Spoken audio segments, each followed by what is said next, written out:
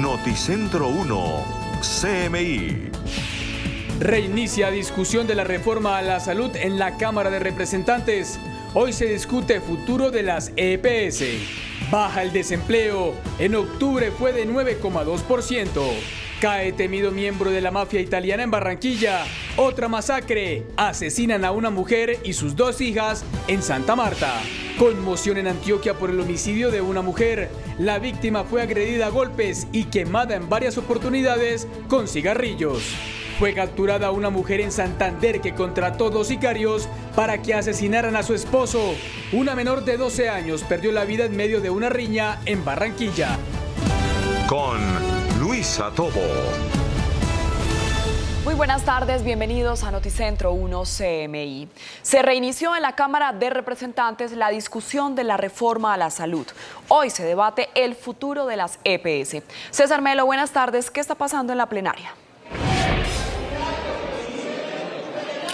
Hola, muy buenos días. Pues se retoma el debate aquí en la plenaria de la Cámara de Representantes para la votación de los últimos 30 artículos de la reforma a la salud impulsada por el gobierno del presidente Gustavo Petro, en los cuales precisamente se debaten varios de los puntos más complejos relacionados con el manejo de las EPS y el futuro de estas mismas en el sistema de salud. Precisamente lo que está ocurriendo a esta hora en la plenaria de la Cámara de Representantes es que el Centro Democrático solicitó el aplazamiento, dado que piden escuchar al ministro de Hacienda para que explique cuál será la financiación de esta reforma en futuros años, dado que ayer recibieron un documento del Ministerio de Hacienda, el cual aseguraba que el próximo año esta reforma tendrá un costo de más de 900.000 millones de pesos, por lo que piden la asistencia del ministro para que explique cuál será la financiación de esta reforma. Pues precisamente el debate este jueves se reanudó con novedades políticas y es el retorno de la bancada del partido Alianza Verde,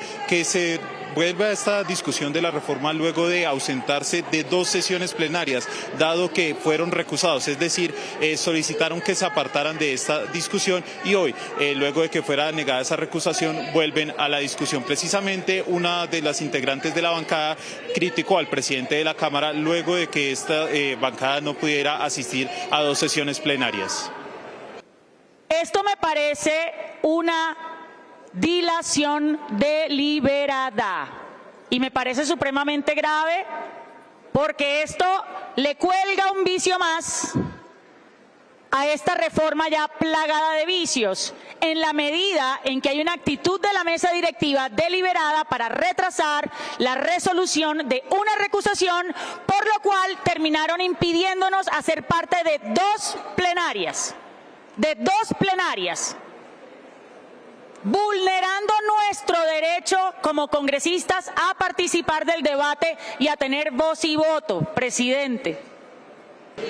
Y es que el último gran logro de la bancada de gobierno y del gobierno nacional tiene que ver con la aprobación de los centros de atención primaria, los cuales fueron aprobados ayer, luego de que se aprobaran 12 artículos de esta reforma a la salud. En ese sentido, hoy se espera que se voten los artículos relacionados con el funcionamiento de las EPS. Seguiremos muy pendientes al desarrollo de esta noticia desde el Congreso de la República. César Melo, Noticentro 1, CMI. César, muchas gracias. Y precisamente en momentos en los que se discute la reforma a la salud, el Centro de Estudios Económicos de ANIF alertó sobre una inminente crisis financiera del sistema. Juan Armando Rojas, ¿qué otros detalles se conocen de este informe de ANIF sobre la situación de las EPS? Muy buenas tardes, cordial saludo aquí desde la Universidad EAN en el norte de Bogotá, donde se realiza un foro sobre la situación del sector de la salud, justamente en momentos en que se discute la reforma a este sector. Estamos con Anuar Rodríguez, presidente encargado de ANIF, el Centro de Estudios Económicos, que ha hecho un diagnóstico preocupante. Está en crisis financiera el sector de la salud. ¿Por qué y a cuánto asciende el hueco en el sector? Bueno, sí estamos en una situación preocupante en el sector. Hemos visto después de la pandemia que se han aumentado las frecuencias de uso, se ha aumentado la demanda por servicios de salud y eso de alguna manera no se ha traducido en el incremento en el presupuesto del sector. Es decir, hoy tenemos, según nuestras estimaciones, cerca de 9 billones de pesos de rezago en la asignación presupuestal en el sector y eso se traduce en mayores barreras de acceso para los pacientes, más tiempo para la prestación de los servicios de salud y en particular y de manera especial termina afectando el bienestar de los pacientes colombianos. ¿Se necesita buscar urgentemente nuevas fuentes de recursos para el sector? Sí, señor, se requiere buscar nuevas fuentes, se requiere ser más eficientes en la forma en que se gastan los recursos y sobre todo tenemos que pensar cómo en este escenario, incluso antes de la pandemia, nos enfocamos, antes de la reforma, nos enfocamos en los temas realmente importantes para solucionar los problemas y dejemos de hablar de cambios de modelo donde luego se generarán mayores presiones financieras para el sistema. Muchas gracias. Es el presidente encargado de ANIF con el diagnóstico de la crisis financiera del sector de la salud, que por cierto, bien se ha dicho de paso, el Ministerio de Hacienda ha anunciado que la salud contará con 93 billones de pesos como presupuesto el año entrante. Desde el norte de Bogotá, Juan Armando Rojas, Noticentro 1 CMI. Juan Armando, muchas gracias. En otras informaciones, el DANE anunció un nuevo descenso en la cifra del desempleo en el país. Luisa Fernández, buenas tardes. ¿Cuáles son los datos del desempleo de octubre? Que tendremos la próxima semana. Importante también decirle al país que estamos todos unificados en la necesidad de plantearle al Banco de la República que baje las tasas de interés, las tasas de usura, porque estas tienen un impacto directo en los créditos de los colombianos y colombianas y desde luego impactan el consumo. Si bajamos las tasas de interés vamos a empezar a trabajar con una reactivación de la economía, que es lo que todos estamos buscando, y trabajando medidas que nos permitan que efectivamente el empleo, la tasa de desempleo, muy contentos de que ya llevamos 5 meses en un dígito. Eso nos muestra que las tareas que estamos haciendo tenemos que seguirla profundizando y seguir haciendo este desarrollo territorial de las políticas de empleo que desde el Ministerio del Trabajo, desde el Ministerio del Comercio, desde el Ministerio de Agricultura y desde la integralidad del gobierno estamos impulsando. Y finalmente quiero decirle a Colombia y a todos ustedes que en el Ministerio del Trabajo estamos trabajando en la construcción del motor de inteligencia artificial. Ya llevamos, aquí se lleva más de 3 años y en el periodo de nuestro gobierno, en el año y medio que llevamos, hemos acelerado este proceso de construcción de motor de inteligencia artificial con el ánimo de mejorar nuestros servicios, pero sobre todo facilitar la vida a los colombianos y colombianas para la búsqueda de empleo. El 5 de diciembre, la próxima semana, vamos a hacer el pilotaje, así es que los invito y las invito para que nos acompañen para entregar esta herramienta a nivel nacional. Muchas gracias. Ministra, qué pena, en directo para Noticentro 1 CMI, acaba de salir la cifra de desempleo del DANE, nuevamente bajó para el mes de octubre 9.2%. ¿Cómo se va a tener en cuenta esta cifra para la mesa de concertación?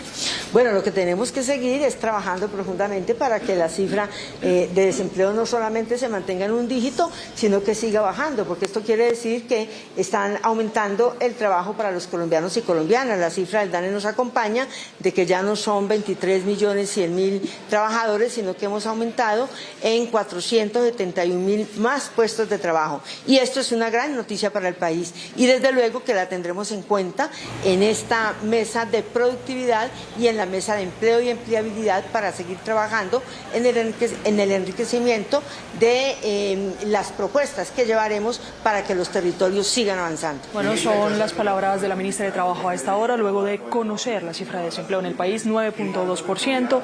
Algunas actividades que han aumentado esto es el tema de la salud, en donde se han prestado más servicios y por ende han necesitado más personal, y ciudades como Manizales destaca con la oferta de empleo. Más detalles en nuestra emisión a las 8 de la noche. Luisa Fernández, Noticentro 1, CMI. Luisa, muchas gracias. Y luego de un intenso operativo fue capturado en el país un peligroso miembro de la mafia italiana. Estiluengas, buenas tardes. ¿De quién se trata y qué dicen las autoridades? Luisa y televidentes, feliz tarde, pues la noticia la confirmó directamente el general William René Salamanca, director de la Policía Nacional desde Viena, que ha dicho que fue capturado en Barranquilla un peligroso narcotraficante italiano que tiene circular roja de Interpol. Se trata de Massimo Gigliotti, quien se escondía en la ciudad de Barranquilla. Noticentro 1 CMI conoció imágenes exclusivas donde se ve a este sujeto presuntamente en un prostíbulo símbolo de esa ciudad. Se le ve a su lado izquierdo una ametralladora. Se trata de un subfusil automático que usaría este sujeto para amedrentar a personas en Colombia. Este sujeto se escondía en nuestro país desde hace varios meses. Interpol le hizo seguimiento y lo capturó en las últimas horas. En Colombia hemos capturado a un capo italiano buscado por la Interpol, buscado por Italia. Ha sido capturado en la ciudad de Barranquilla por la Policía Nacional de Colombia. Máximo Gigliotti, un delincuente que fue ubicado gracias a un trabajo de cooperación policial con las autoridades italianas, de 55 años. Desde el año 2018 visitaba América Latina para traficar con cocaína desde Sudamérica hacia Europa. Hoy está a disposición de las autoridades colombianas. Agradezco inmensamente a la Guardia de Finanzas, a las autoridades italianas por el apoyo, la cooperación, la coordinación que nos ha permitido capturar a este delincuente. Este poderoso narco es señalado de traficar altas cantidades de cocaína a nivel internacional. Sería extraditado a su país de origen. También les contamos a esta hora de la tarde detalles sobre la incautación de 263 bienes avaluados en 70.000 millones de pesos por parte de la DIJÍN e Interpol. Al respecto se pronunció el director José Luis Ramírez Inestrosa. En una primera operación llevada a cabo en la ciudad de Cali y los municipios de Jamundí y Bolívar en el Valle del Cauca, en Popayán, Pasto y el municipio de Sopó en Cundinamarca, se ocuparon 27 bienes muebles e inmuebles, avaluados comercialmente en más de 66.000 millones de pesos. Afectamos así las finanzas criminales de Jesús Hugo Verdugo Chávez alias Thanatos, poderoso capo que le sirvió de enlace al cartel de Sinaloa en Colombia. Simultáneamente, mediante la operación Missouri, desplegada en Manizales, Marsella Risaralda y San José de Fragua en Caquetá contra las finanzas criminales del hoy extraditado Segis Osvaldo Linares Niño, se logró la materialización de medidas cautelares de embargo, secuestro y suspensión del poder dispositivo de 236 bienes muebles e inmuebles, avaluados comercialmente en más de 10.300 millones de pesos. Bienes que, según lo evidenciado durante las indagaciones, se habrían adquirido con el resultado del envío de cocaína y heroína a los Estados Unidos. Según las autoridades, se trata de una de las operaciones más importantes del 2023. Para hablar sobre este tema nos acompaña justamente uno de los investigadores que hizo parte de todo el seguimiento a estas estructuras dedicadas al narcotráfico y que participó en esta incautación de estos bienes avaluados en más de 70.000 millones de pesos. Bienvenido a Noticentro 1 CMI. Por seguridad han pedido ustedes que se proteja su identidad. Cuéntenos detalles de cómo fue ese seguimiento y cómo dan ustedes con estos bienes de estos narcos. Sí, señor. Dentro de estos 263 bienes, 27 bienes pertenecen a la operación Thanatos, bienes avaluados en más de 66.000 millones de pesos. Esta operación se llevó a cabo en la ciudad de Cali, municipios de Jamundí, Bolívar, Popayán, Pasto y el municipio de Sopó, Cundinamarca. También se habla de que este grupo criminal dedicado al narcotráfico tiene nexos con el cartel de Sinaloa, un cartel muy peligroso que opera en México. Cuéntenos detalles de por qué ustedes determinan que tienen ese vínculo. Sí, señor.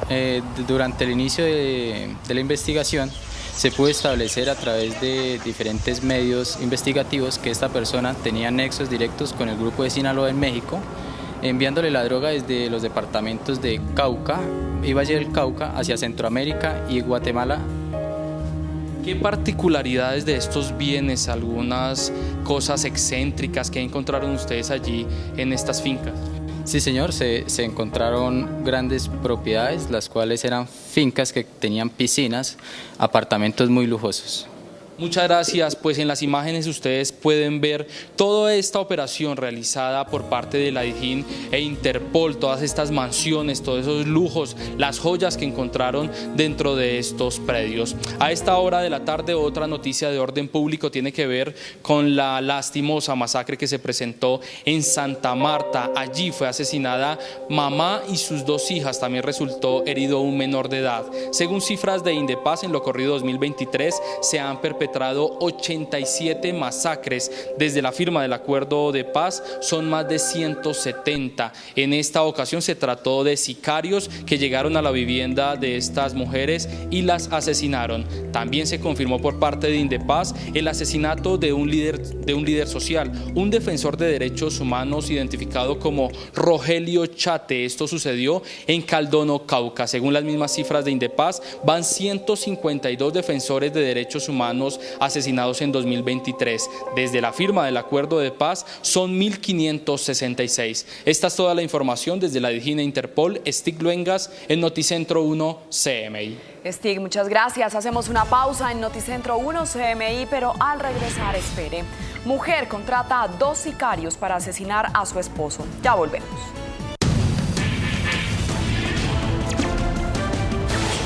En Antioquia se registra nuevamente el homicidio de una mujer. La víctima fue agredida a golpes y quemada en varias partes de su cuerpo con un cigarrillo.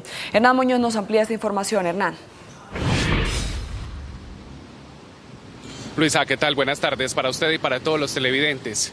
Hemos informado desde el lunes hasta hoy de 5 mujeres asesinadas en el departamento de Antioquia, una cifra que está por encima de los 100 casos.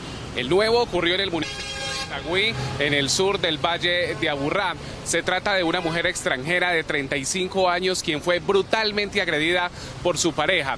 Las autoridades confirmaron que en las últimas horas falleció y se trata de una mujer de nacionalidad venezolana quien registra golpes en diferentes partes del cuerpo, un golpe en la cabeza con hemorragia interna y quemaduras en sus genitales. Las autoridades confirmaron que la mujer fue trasladada al Hospital San Rafael, sede 1 del municipio de Itagüí, donde falleció esta mujer. Según las primeras informaciones, las heridas fueron causadas por su actual pareja.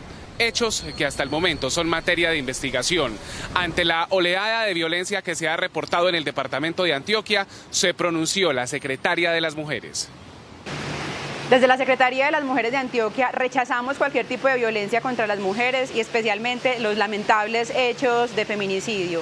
El llamado persiste a la sociedad a desnaturalizar cualquier tipo de violencia contra nosotras, a ser corresponsables cuando se den cuenta de algún caso y denunciarlo, y a las instituciones para que se dé el debido proceso en términos del restablecimiento del derecho de estas mujeres. También les recuerdo que están disponibles los 2 mecanismos, la línea 123 Mujer Metropolitana y Hogares de Protección, espacios donde están las mujeres a salvo y nos recuerdan que no estamos solas. El 3 de diciembre se prometió entregar el puente metálico que comunica a Medellín con el municipio de Santa Fe de Antioquia y el Urabá antioqueño en medio de una emergencia y que por supuesto se habría convertido en una solución de movilidad en medio de la emergencia que sufrió este puente vehicular. En las últimas horas, mientras se hacían las pruebas particulares de este puente, ocurrió una falla mientras una volqueta atravesaba este lugar, como la prueba de peso que se estaba realizando. A través de un comunicado, la concesión confirmó que específicamente se realizó una prueba de carga preliminar al puente metálico, estructura que tiene como objetivo una solución temporal y que está en proceso de instalación sobre el puente Tonusco en el municipio de Santa Fe de Antioquia. Los resultados de esta prueba no fueron favorables y la estructura metálica falló. Por fortuna, no hay personas lesionadas. Información desde Antioquia, Hernán Muñoz, Noticentro 1 CMI. Hernán, muchas gracias. Mañana se conmemora a nivel mundial el Día de la Lucha contra el VIH y precisamente en Cali entra en operación la primera IPS especializada en esta enfermedad. Valentina Villegas con los detalles. Valentina, buenas tardes. Luisa y televidentes, muy buenas tardes. Pues este centro médico que fue instalado en una zona vulnerable de la ciudad promete tratar integralmente esta patología y ya atiende a decenas de usuarios que buscan soluciones para su enfermedad. Santiago de Cali registra un incremento significativo de casos de contagios por VIH-Sida, siendo la población menos favorecida la más afectada en materia de asistencia médica y psicosocial, por lo que se hizo necesaria la apertura de una IPS especializada en el oriente de Cali, uno de los sectores más vulnerables de la ciudad, que atenderá a la población portadora de esta enfermedad para disminuir los casos de contagio en la capital vallecaucana. Una persona que es diagnosticada con VIH y toma terapia, la ideal es llega a estar indetectable, o sea que su virus no se replica en el organismo y al no replicarse hay algo que se llama indetectabilidad. Entonces la persona toma la terapia, se vuelve indetectable y no transmite VIH. Campañas de prevención, tratamiento médico, psicosocial y diverso y venta de medicamentos especializados son solo algunos de los servicios que brindará esta clínica a los cerca de 70 pacientes diarios que encontrarán en este centro médico un alivio para su patología. Son muchos los beneficios, principalmente el apoyo que recibimos como beneficiarios, además de recibir una apta atención de profesionales que conocen acerca de lo que hacen e igualmente darnos esa seguridad de que pues, lo principal es mejorar y crecer también, obtener el conocimiento, darle el conocimiento de que las enfermedades que tratan acá tienen una luz al final del túnel, principalmente. Este centro médico además tiene como misión la educación de la sociedad caleña alrededor del VIH-Sida, pues la ignorancia de los ciudadanos sobre esta enfermedad ha causado estigmatización y graves problemas psicológicos en los pacientes que agravan su patología. Y en otras noticias, con profunda tristeza, les informamos que en la mañana de hoy fue encontrado sin vida el cuerpo de nuestro colega Camilo Arroyo. El comunicador social y periodista que residía en la ciudad de Buga había sido reportado como desaparecido desde la tarde de ayer cuando salió de su casa en una motocicleta a realizar un pago en una entidad bancaria y no volvió más a su vivienda ni se comunicó con sus familiares. Hasta la mañana de hoy que las autoridades confirmaron que el cuerpo sin vida de Camilo había sido hallado en un predio baldío en el barrio La Julia, en el sur de Guadalajara de Buga. Hasta el lugar llegaron las autoridades competentes para realizar el levantamiento del cuerpo y adelantar las investigaciones que esclarezcan si este caso se trata de un homicidio o de un suicidio. Eterno descanso para nuestro colega. Luisa y televidentes, por el momento es la información desde el sur de Cali. Valentina Villegas, Noticentro 1 CMI. Valentina, muchas gracias. Y en Santander, un juez envió a prisión a una mujer que contrató a 2 sicarios para acabar con la vida de su esposo. Ana Mercedes Ariza con los detalles. Ana, buenas tardes. Hola Luisa, televidente, muy buenas tardes. Pues la mujer le aseguró a las autoridades que era víctima de violencia intrafamiliar, pero los investigadores encontraron otra cosa. Veamos la historia. Las versiones de familiares y vecinos sobre el cobro de un seguro de vida fueron la pista clave para que las autoridades fijaran su mirada en la joven esposa de la víctima. Durante la investigación se pudo establecer que al parecer la determinadora de la muerte habría sido la olla asegurada, quien fue capturada el pasado 16 de noviembre por orden judicial.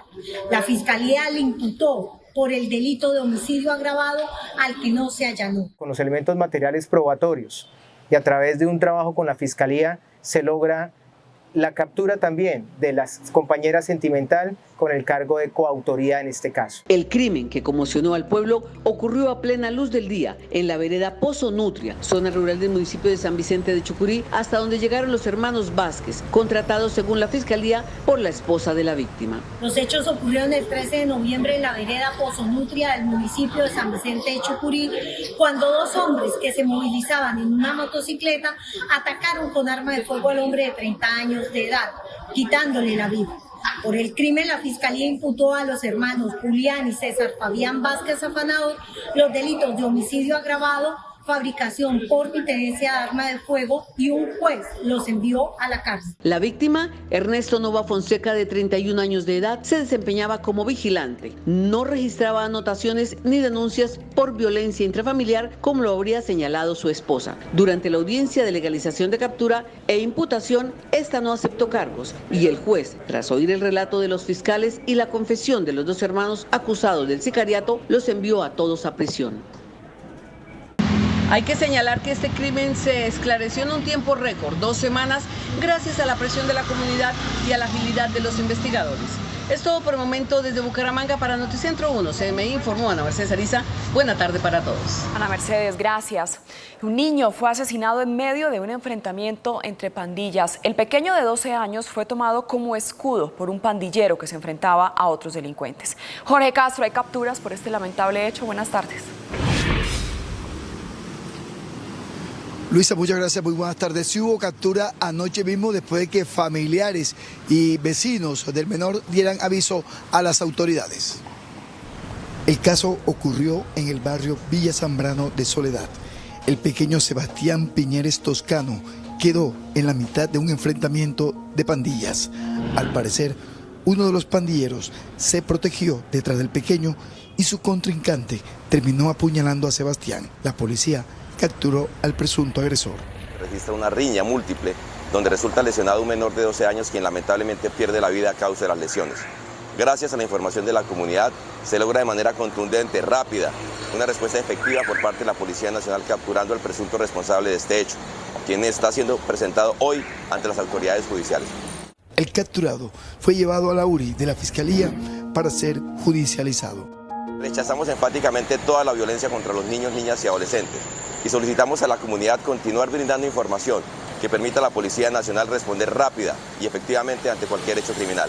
Las autoridades buscan al pandillero que tomó al niño como escudo. Y mucha atención a este dato, en lo corrido de noviembre ya son 6 los niños que han muerto en hechos violentos en Barranquilla y el área metropolitana. Noticias desde Barranquilla con Jorge Castro, Noticentro 1, CMI. Jorge, muchas gracias. La salud del Papa Francisco tiene en vilo al mundo católico. Hace unos minutos el cardenal Luis José Rueda Aparicio se refirió a los quebrantos de salud del sumo pontífice y sobre los males que aquejan a Colombia. Gerardo Aristizábal, buenas tardes. ¿Qué más dijo el cardenal? La preocupación de los cardenales del mundo por la salud del Papa Francisco, de 86 años de edad, la expresó hoy en diálogo con Noticentro 1 CMI, el más recién creado cardenal en Colombia y arzobispo primado de la capital en Bogotá y por supuesto del país, Monseñor Luis José Rueda Aparicio. Ha manifestado que el hecho de que los médicos le hayan prohibido viajar a la Cumbre Mundial del Medio Ambiente, la COP29 en Emiratos Árabes, es un síntoma de los quebrantos de salud del sumo pontífice. Cuando recibimos las noticias de sus quebrantos de salud, sabiendo que él quería estar en la COP28 allá en Emiratos Árabes Unidos, porque es un tema que le interesa, el tema ecológico, y no pudo ir, nos damos cuenta que la situación de salud de él, el médico le está diciendo, quédese un poco quieto, y él está asumiendo esa etapa de su vida, con mucha lucidez mental, con mucho amor por la humanidad, y nosotros lo acompañamos en estos quebrantos de salud.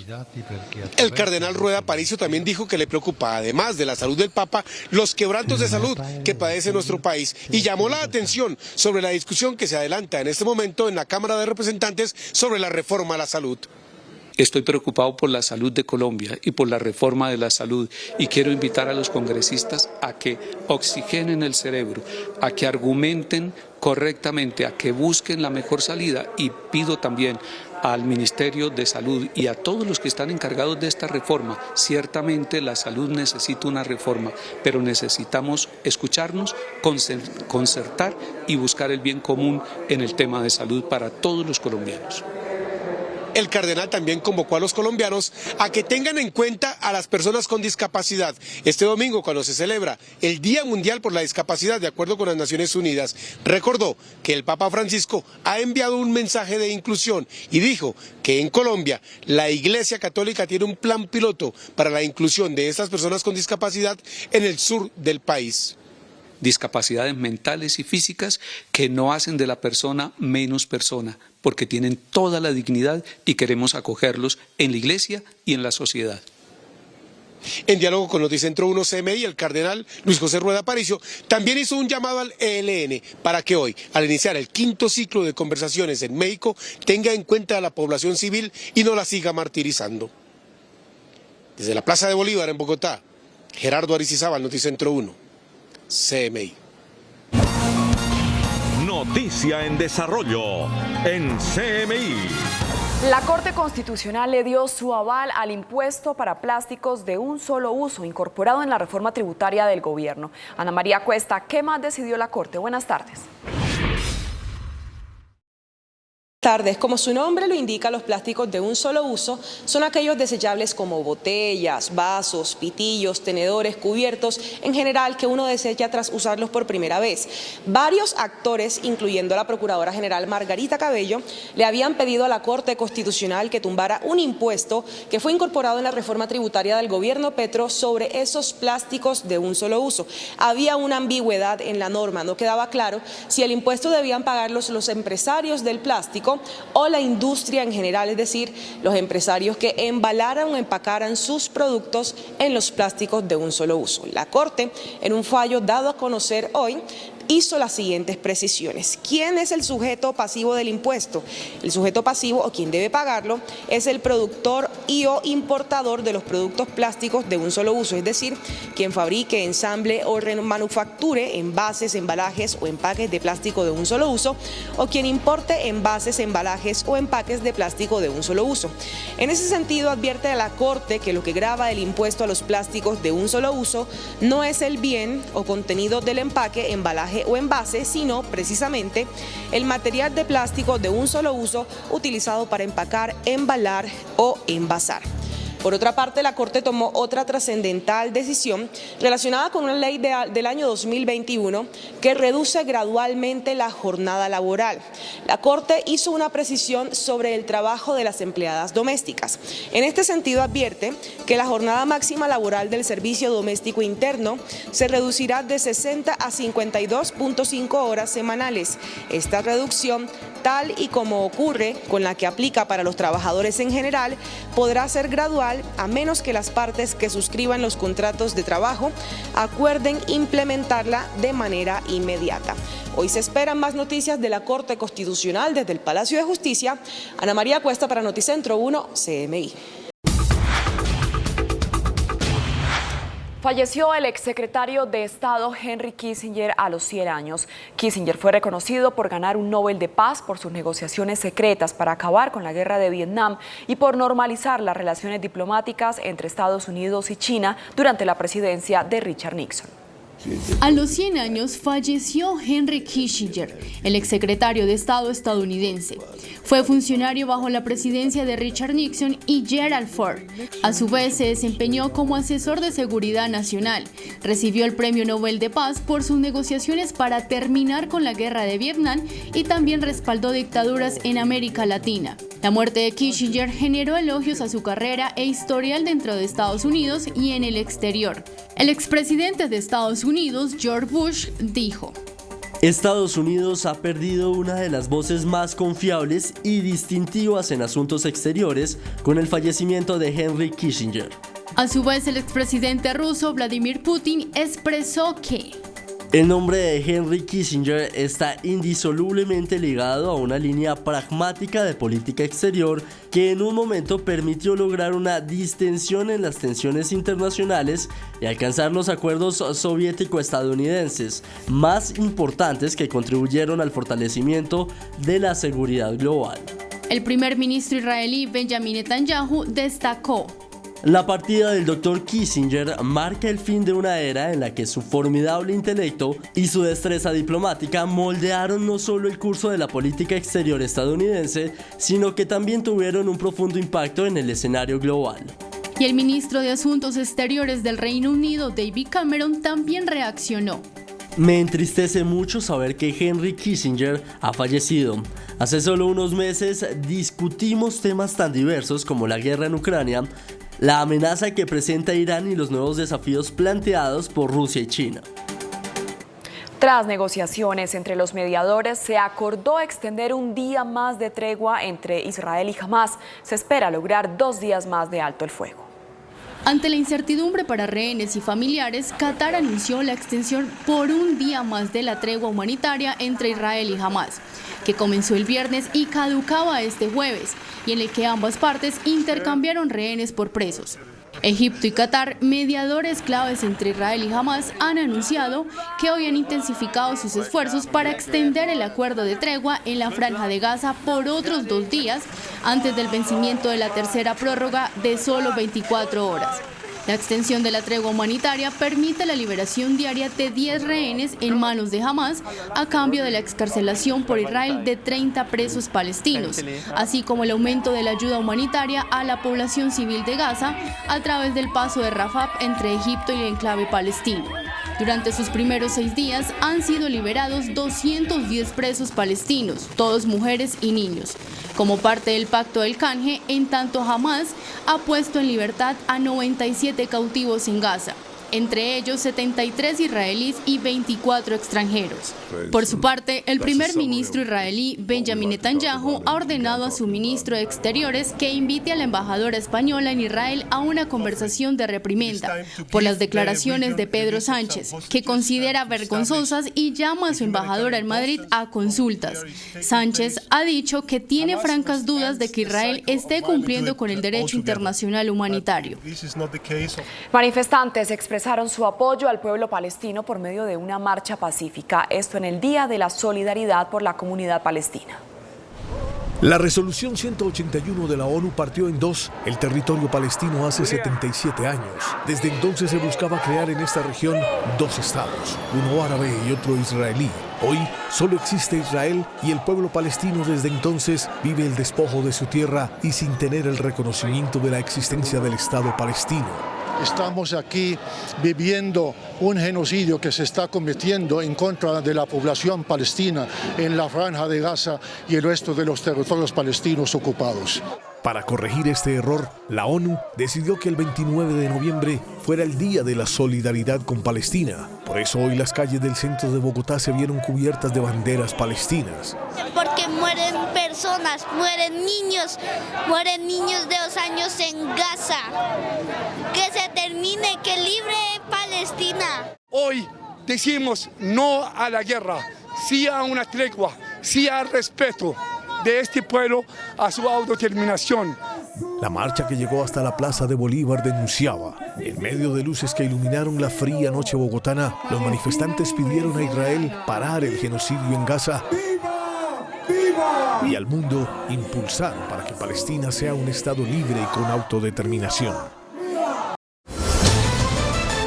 Última hora, Noticentro 1, CMI. Mucha atención porque la Cámara de Representantes acaba de dar el visto bueno para que se acaben las EPS. César Melo, ¿qué está pasando en la plenaria? Hola, muy buenas tardes. Pues los saludo nuevamente desde la plenaria de la Cámara de Representantes, donde se acaba de aprobar 10 artículos en bloque relacionados con la creación de las gestoras de salud y vida. Estas entidades que entrarían a cumplir varias de las funciones que actualmente cumplen las EPS en el sistema de salud. A esta hora hay un duro choque entre congresistas del partido Alianza Verde y el partido de gobierno, dado que Alianza Verde dice que no se permitió discutir sobre estos 10 artículos. ¿Cómo es posible, presidente, que usted ponga a consideración 10 artículos en donde el Partido Verde no ha tenido la oportunidad de debatirlos? Eso es bajo, eso es ruin. Y si le sumamos a que una candidata del Pacto Histórico en Putumayo fue la persona que nos recusó por las mismas razones, hoy, ¿solamente para qué? Para que no demos al debate. ¿Por qué? Porque le tienen temor a los argumentos. ¿Por qué? Porque acá no se debate con altura. Por su parte, los integrantes de la bancada de gobierno del Pacto Histórico defienden la aprobación de estos 10 artículos y a esta hora se inicia la discusión sobre otros artículos que se discutirán sobre esta reforma a la salud. Esa es toda la información desde el Congreso de la República. César Melo, Noticentro 1, CMI. César, gracias. Hasta aquí Noticentro 1 CMI. A continuación, no se pierdan Tú Tienes la Sazón y a las 8 de la noche una nueva emisión de noticias. Feliz tarde.